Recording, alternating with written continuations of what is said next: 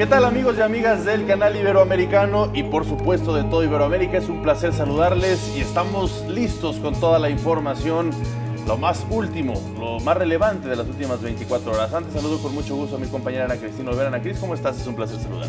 Muy bien, Omar, el gusto es todo mío. Agradezco muchísimo, como siempre, a toda nuestra audiencia por acompañarnos en esta emisión de miércoles 19 de julio de 2017. Demos inicio con la información.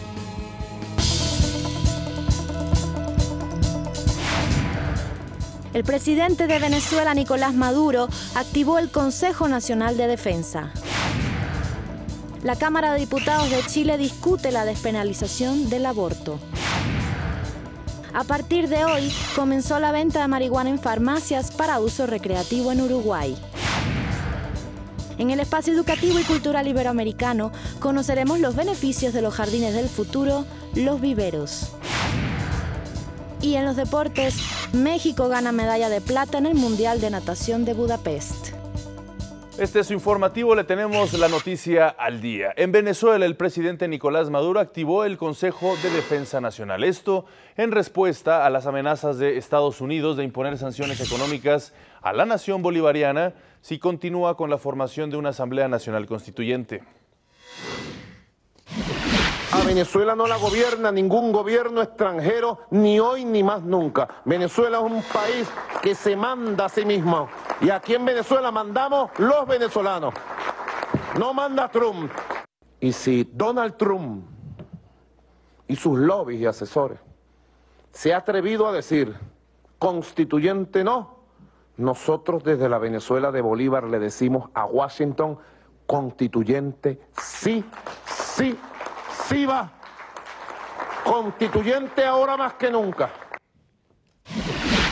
Por su parte, el canciller venezolano Samuel Moncada anunció que el gobierno revisará profundamente las relaciones con Washington.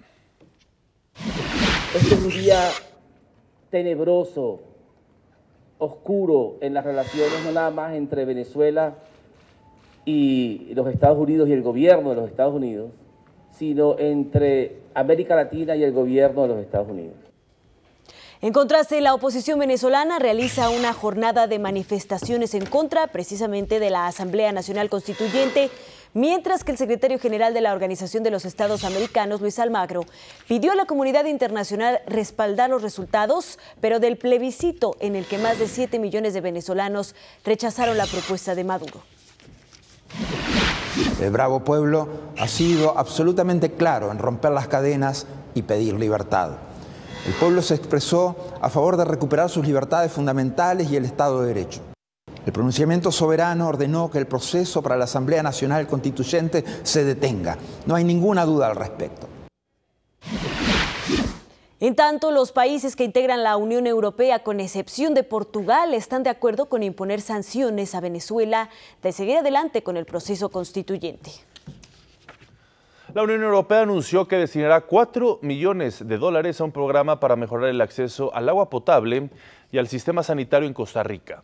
Esta aportación se dio a conocer en el marco de una visita que realiza el Comisionado Europeo de Cooperación Internacional y Desarrollo, Neven Mimica, al país centroamericano. Durante esta visita a la Unión Europea y Costa Rica también abordarán temas como gobernabilidad, innovación y ciencia, seguridad, cambio climático, comercio, equidad de género y respeto a los derechos humanos. Más de las relaciones del bloque europeo con nuestra región, el presidente de México, Enrique Peña Nieto, recibió a dirigentes del Partido Popular Europeo y de la Unión Europea. Evaluaron los avances registrados en el proceso de modernización del acuerdo global entre ambas partes. Se congratularon también por los logros alcanzados en el proceso de negociación, tanto en el capítulo económico como los de diálogo político y de cooperación. Recordemos que desde la entrada en vigor del acuerdo global hace 17 años, la Unión Europea se ha consolidado como el segundo mayor inversionista en México, con un gasto acumulado cercano a los 172.500 millones de dólares. Los países miembros del BRICS, Brasil, Rusia, India, China y Sudáfrica, establecieron un plan para impulsar su cooperación en ciencia y tecnología. Este acuerdo establece que dichos sectores son clave para el desarrollo sostenible mundial y desempeñan un papel fundamental en la promoción del crecimiento económico. El plan fue firmado en la ciudad china de Hangzhou por los ministros de Ciencia, Tecnología e Innovación de los países integrantes de este organismo. El presidente de Bolivia, Evo Morales, envió una carta a su homólogo cubano, Raúl Castro. Esto para expresarle su apoyo y solidaridad ante las nuevas políticas del gobierno de los Estados Unidos sobre la isla. Morales aseguró que el imperialismo jamás se impondrá al pueblo más heroico de América Latina y destacó la firmeza de La Habana para mantener los principios socialistas. El mandatario también afirmó que ante la destrucción capitalista de la madre tierra, el pueblo cubano responde con sus mejores armas, que son salud, educación, así como emancipación democrática y económica.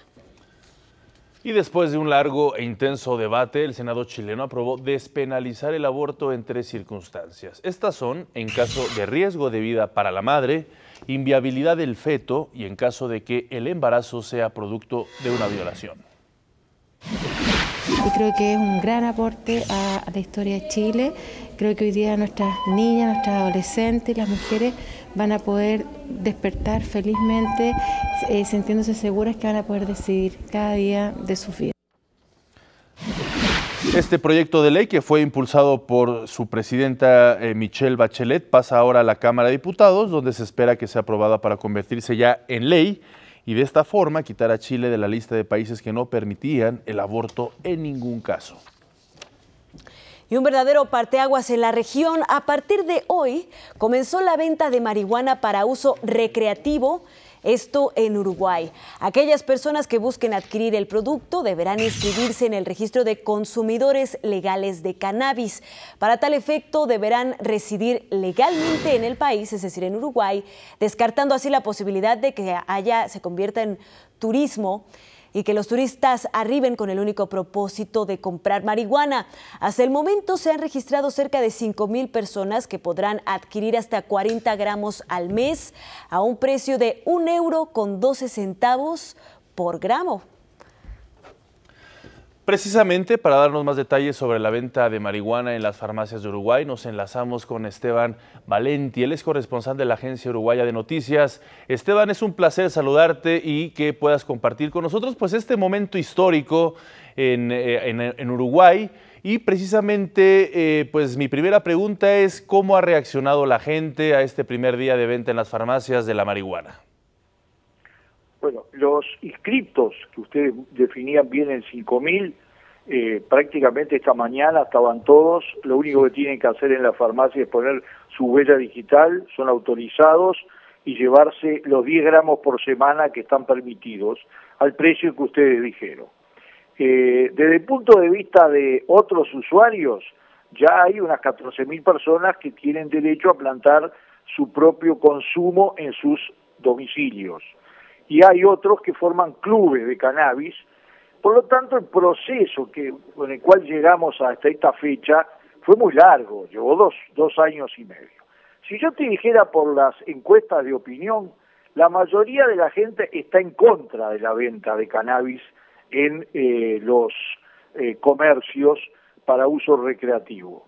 Sin embargo, fue aprobada por el Parlamento la ley, fue reglamentada por este gobierno, que es la continuidad del mismo partido que el anterior, y los primeros datos son muy interesantes. Se calcula que el 20% del mercado que estaba en poder de los narcotraficantes, con este proceso de los 3 fuentes de acceso a la marihuana, que por otro lado es plantada en el Uruguay, con control de calidad, con una cantidad de seguridades para los consumidores, yo creo que ya es un impacto importante. Y con los días van a aumentar 2 cosas. Los inscriptos, cuando vean que efectivamente no implica ningún tipo de discriminación, y las farmacias que se van a sumar, que por ahora son relativamente pocas, en un país donde las farmacias son una especie de plaga.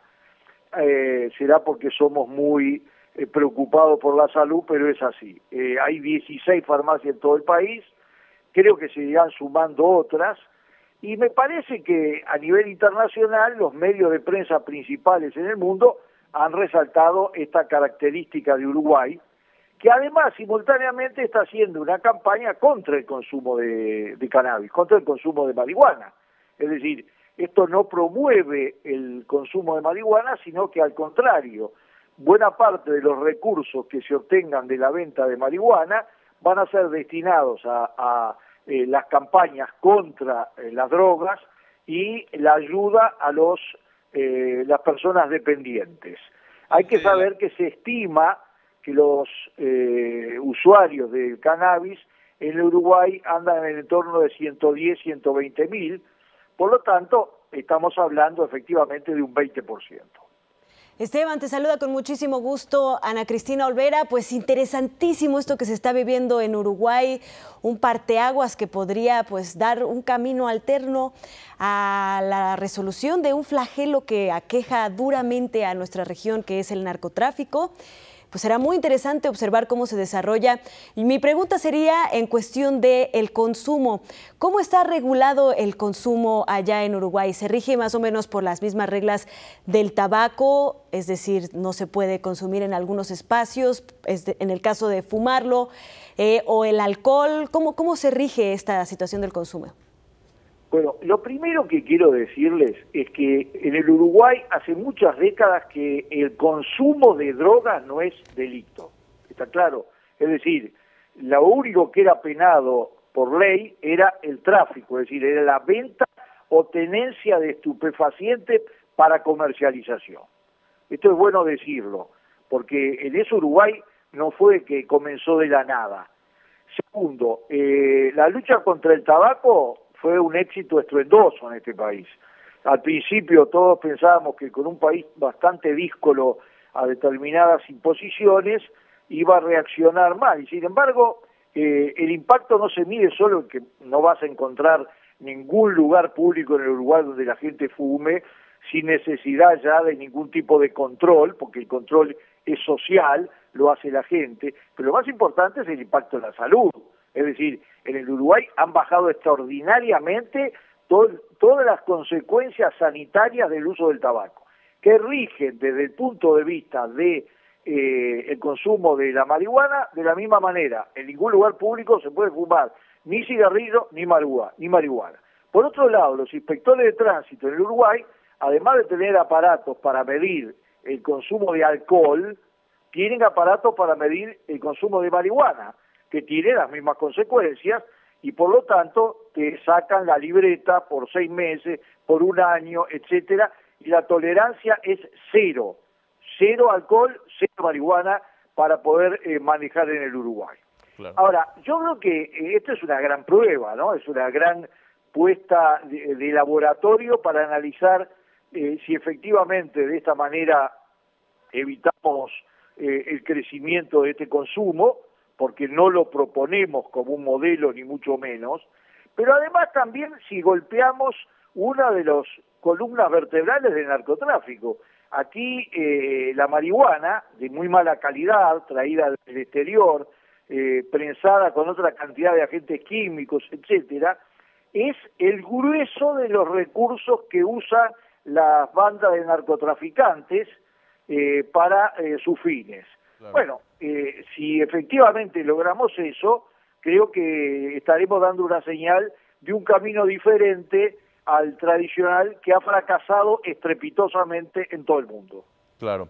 Pues sin duda muy interesante, te agradecemos mucho Esteban Valenti que haya estado con nosotros, como bien precisas, independientemente de que haya entrado pues en esta etapa de venta permitida en las farmacias, pues también es muy preciso lo que comentas, que no por ello se debe de incitar al consumo de la marihuana, porque en primer lugar, y esto pasará siempre, obviamente, ya ha pasado siempre, la marihuana es dañina. Muchísimas gracias por estar con nosotros. Gracias a ustedes por interesarse por esta experiencia. Al contrario, gracias a ti. Y en Colombia, la Fundación Paz y Reconciliación presentó un informe donde detalla que desde la firma de los acuerdos de paz hace 8 meses, 5 exguerrilleros de las FARC han sido asesinados. Estos crímenes, afirma el reporte, fueron selectivos y ocurrieron días después del convenio que dio fin al conflicto armado. Mientras tanto, el presidente Juan Manuel Santos puso en marcha el programa de inserción social y económica para comunidades que habitan en zonas de conflicto. Este forma parte de los planes de desarrollo con enfoque territorial. Es un paso fundamental para llevar el Estado a aquellas zonas que tanto sufrieron con el conflicto armado y que por ese conflicto fueron abandonadas. El Estado no llegaba. Eso lo vamos a corregir. Tenemos unos planes muy bien determinados, muy bien diseñados, para que el Estado comience a hacer presencia y la prosperidad y el desarrollo lleguen a esas regiones. También en Colombia, altos cargos del gobierno presentaron su renuncia protocolaria al presidente Juan Manuel Santos. Esto con el objetivo de que el mandatario pueda estructurar el equipo que requiere de cara a su último año de gobierno. La dimisión se extendió a ministros, altos consejeros y directores de departamentos administrativos, quienes, a través de una carta, manifestaron su profundo agradecimiento al presidente Santos por la oportunidad de servir al pueblo de Colombia. Obviamente esto es un protocolo, lo cual no quiere decir que la renuncia será efectiva. Y un juez de Estados Unidos rechazó la petición de libertad bajo fianza que fue hecha por el expresidente panameño Ricardo Martinelli, quien enfrenta un proceso de extradición solicitado por su país, donde se le acusa de espionaje y enriquecimiento ilícito. Recordemos que el exmandatario fue detenido el pasado 12 de junio en Miami y, por otro lado, la audiencia de extradición de Martinelli se programó para el 3 de agosto. Originalmente se realizaría el 25 de julio. Y en España inició el cuarto encuentro Las empresas multilatinas y su impacto en el desarrollo de la integración iberoamericana. El evento, que se extenderá hasta el próximo viernes, es organizado por la Fundación Iberoamericana Empresarial, también la Universidad Menéndez Pelayo y la Secretaría General Iberoamericana. La titular de esta Secretaría General Iberoamericana, Rebeca Greenspan, participará en el diálogo La Comunidad Iberoamericana en el concierto internacional junto a Julio María Sanguinetti, expresidente de Uruguay, y Enrique Iglesias, presidente del Consejo Iberoamericano para la Productividad y Competitividad.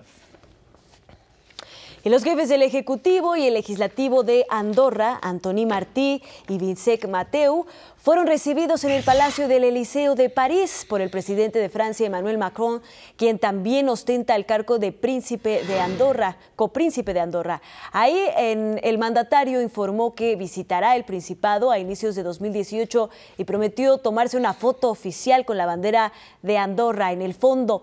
De hecho, ya en la original aparecen de fondo las banderas tanto de Francia como de Andorra, algo inédito y que el pueblo andorrano toma como un buen gesto. Recordemos que la política y administración de Andorra recaen en las figuras del copríncipe español, es decir, el obispo de Seo de Urgel y el copríncipe francés, o sea, ahora el presidente de ese país, en este caso, Emmanuel Macron.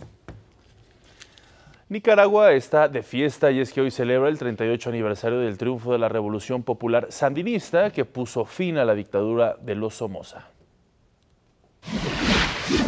Nicaragua hoy celebra el Día de la Liberación Nacional, fecha que recuerda la caída de la dictadura de Anastasio Somoza Debayle en 1979 por parte del Frente Sandinista de Liberación Nacional.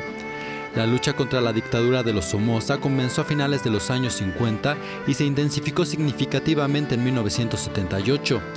En marzo de 1979 se firmó el Acuerdo de Unidad por parte de los representantes de las 3 fracciones sandinistas y se decide impulsar la lucha, por lo que en junio se hace el llamamiento a la ofensiva final y a una huelga general. El 19 de julio de 1979, las columnas guerrilleras del Frente Sandinista de Liberación Nacional entran en Managua con un amplio respaldo popular, consumando la derrota de Anastasio Somoza Debayle. Todo este proceso, conocido como la Revolución Nicaragüense, concluye en febrero de 1990, cuando el Frente Sandinista de Liberación Nacional perdió las elecciones frente a la Unión Nacional Opositora. 17 años después, el Frente Sandinista retornó al gobierno para iniciar una segunda etapa de cambio en Nicaragua. Para Iberoamérica al Día, Guillermo de Gante. Y está lista nuestra compañera Laura García con la colaboración de la Asociación de las Televisiones Educativas y Culturales Iberoamericanas, ATEI.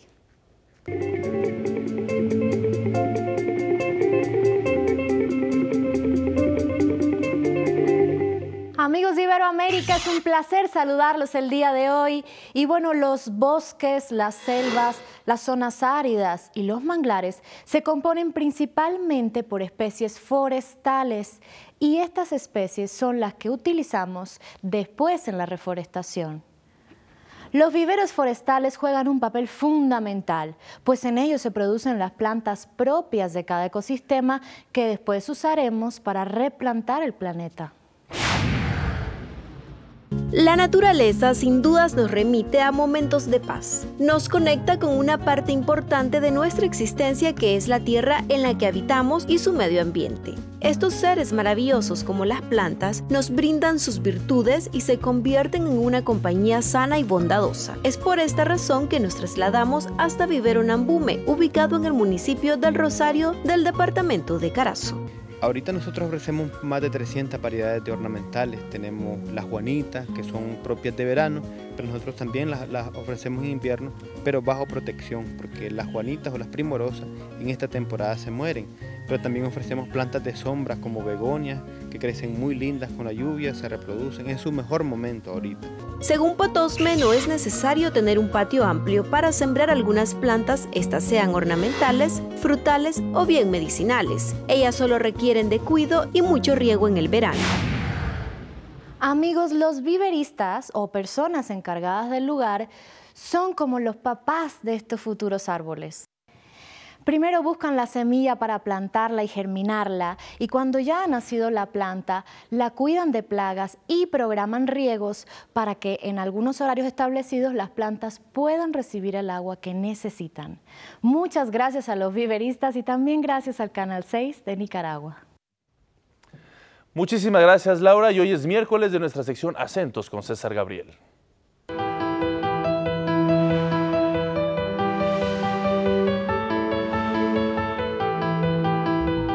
Muy buenos días. La entrega de hoy se dividirá en dos, ya que es una duda que a muchos asalta en diferentes aspectos. Primero, pongamos sobre la mesa las palabras sigla y acrónimo. Mientras que las siglas son la conformación de las letras iniciales de un concepto complejo o largo, como Universidad Iberoamericana, que se sintetiza como UIA, por su parte, un acrónimo es una sigla que se puede leer de manera natural como Universidad Nacional Autónoma de México, que con toda facilidad y naturalidad decimos UNAM. Para facilitar su pronunciación, muchas siglas incluyen más letras del comienzo o de alguno de los términos, incorporan las preposiciones o conjunciones o eliminan la inicial de alguna palabra. En cuanto a la regla para escribir siglas y acrónimos, hay que dejar claro, salvo que sea sobradamente conocida, la primera vez que se emplee una sigla, se recomienda acompañarla de su desglose en minúscula si se corresponde a un nombre común. Otra duda que suele surgir al momento de escribir acrónimos y siglas es la puntuación. Por el hecho de confundirse con la regla de las abreviaturas, mismas que sí llevan punto, las siglas y acrónimos jamás deben llevar punto. Por eso es que cuando vemos con puntos intermedios DF, UNAM y hasta IMSS, ya sabremos ahora que es una total incorrección. No olviden seguirme en las redes sociales. Yo soy César Gabriel, así como te lo cuento hasta ahora.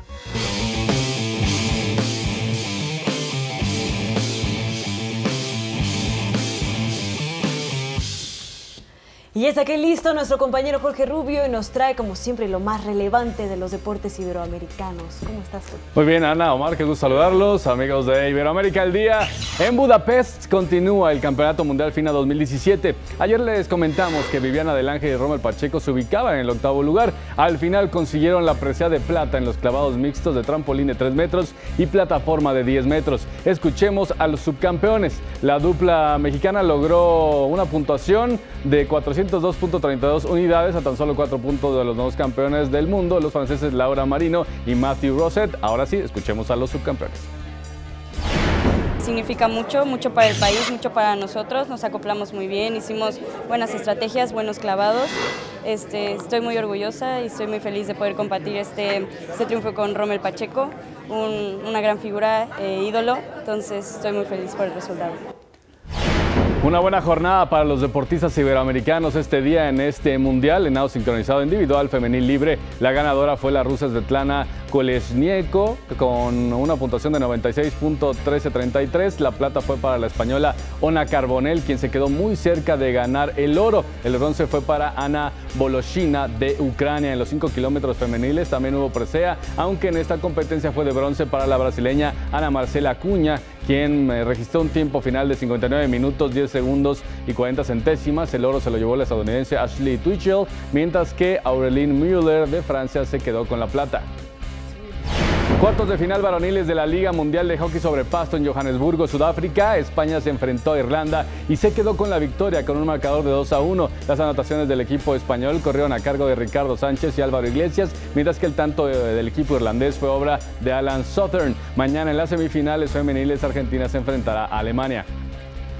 El argentino Manu Ginóbili jugará otro año en la NBA al renovar con los Spurs de San Antonio, con lo que será su temporada número 16 en el equipo. El jugador bahiense está a punto de cumplir 40 años de edad.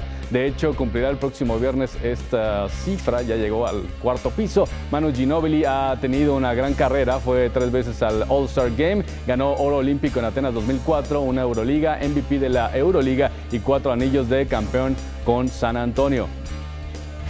Esta tarde arrancan los cuartos de final de la Copa Oro 2017. En aproximadamente hora y media, Costa Rica se enfrentará a Panamá en Filadelfia, una de las ciudades sede de los Estados Unidos. Los ticos ganaron 2 partidos, empataron otro en la fase de grupos, en donde fueron líderes del sector A. Por su parte, los panameños fueron segundos del grupo B por diferencia de goles, pero también ganaron 2 y empataron el otro, por lo que esta tarde quien pierda el invicto también quedará eliminado de la competencia. Por la noche, los anfitriones con todo y refuerzos de lujo se enfrentarán a la débil selección de El Salvador, que tiene todo en contra, ya que solo ganó 1, empató otro y perdió 1 de la fase de grupos y clasificó como uno de los 2 mejores terceros lugares del torneo. Tras 80 partidos de suspensión por uso de sustancias prohibidas, el beisbolista dominicano Starling Marte regresó al diamante con los Piratas de Pittsburgh. El de Santo Domingo, quien no jugaba desde el 12 de abril, estuvo 3 veces al bat, consiguiendo una carrera, un hit y otorgando una base por bola en la victoria de Pittsburgh 4-3 sobre Milwaukee. Etapa 17 del Tour de Francia con recorrido de 183 kilómetros en una buena participación de los competidores iberoamericanos. Hoy Rigoberto Urán se quedó ya en la segunda posición general, esto por debajo de Chris Froome. Hay que destacar que Mikel Landa está en quinto lugar y Alberto Contador en noveno. Hoy el esloveno Primoz Roglic, con un tiempo total de 5 horas 7 minutos 41 segundos, fue el primer lugar, seguido precisamente del colombiano Rigoberto Urán. Hasta aquí la información deportiva. Excelente tarde, excelente noche. Nos vemos mañana. Ana Cristina Omar regreso con ustedes.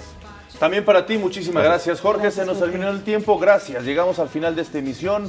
A nombre de todos los que hacen posible este espacio informativo, muchísimas gracias. Así es, Omar, y antes de poner punto final, como tú siempre me dices, este miércoles nos despedimos con música de Brasil y esta samba se titula Chiqui Chiquita. Los esperamos mañana con más información.